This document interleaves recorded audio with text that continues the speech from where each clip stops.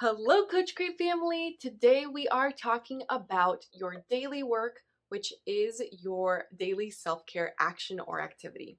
As we talked about on your monthly breakdown, the daily work is doing one self-care action a day. And of course, that's an at least. And to be a little bit more clear on that, we want to encourage you to do a new self-care. So if you've been having a cup of tea and meditating and brushing your teeth, and that's just a part of your routine, let's add something new into your day and not just count that as, oh, okay, well, I've been doing that, so that's my daily self-care. Let's say that you've picked your topic of self-care that you first want to work on.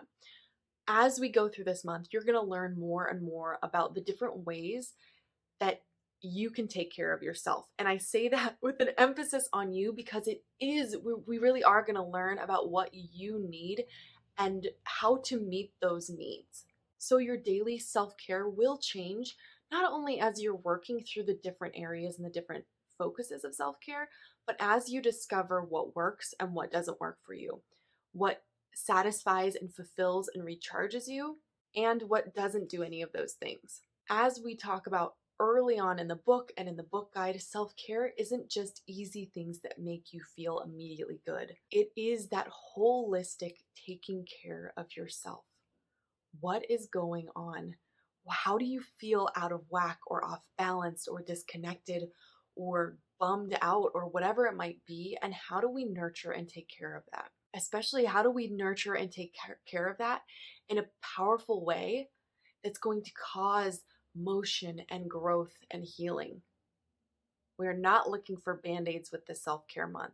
That being said, I have 3 really big tips as you are choosing your daily actions. The first one is push yourself to really identify your needs. This might mean sitting down with yourself daily for 5 minutes and doing a check-in saying, okay, what's going on? Where am I?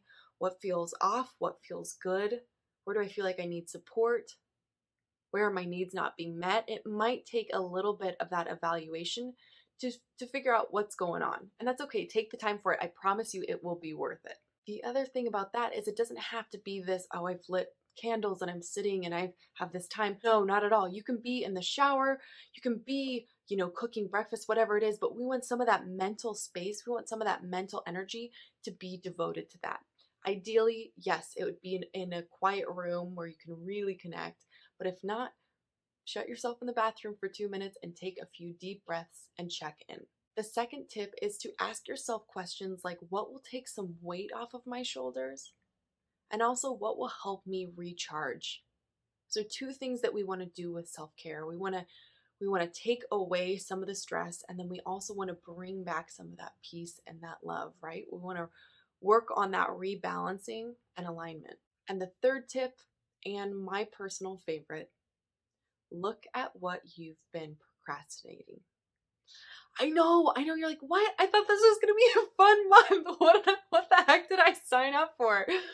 But the truth is that procrastination can cause us stress and anxiety and tension that sometimes is not surface level, and it's just in our bodies, right? It's just a weight that feels so overwhelming and dragging. So if you have an eye on what you're procrastinating and then incorporate that into your daily self-care action, it can be a really powerful way for you to alleviate that stress and that pain.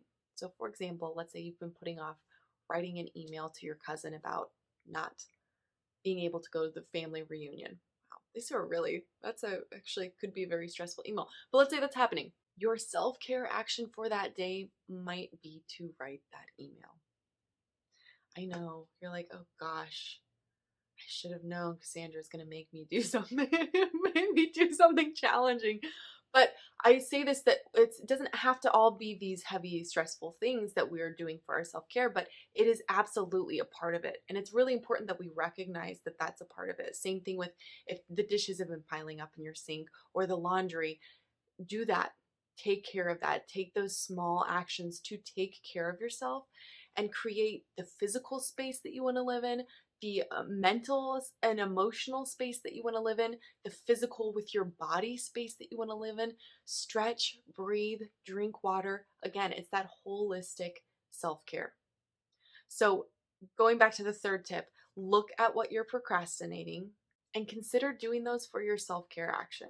It's your choice if you would like to go that direction the entire month, but I will say try to squeeze a little bit of rest and relaxation time in there if you can, because that's also important. And if you're the type of person that doesn't create that space for yourself, that is go go go, I'm not going to take time for me, that might be a more important aspect for you to focus on this month.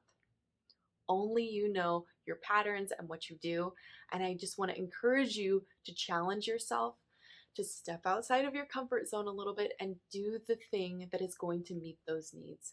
Do the things that are going to recharge you and take that weight off. Please let me know if you have any questions about your daily self-care work, and I'm so excited. I cannot wait to see how you all feel at the end of this month.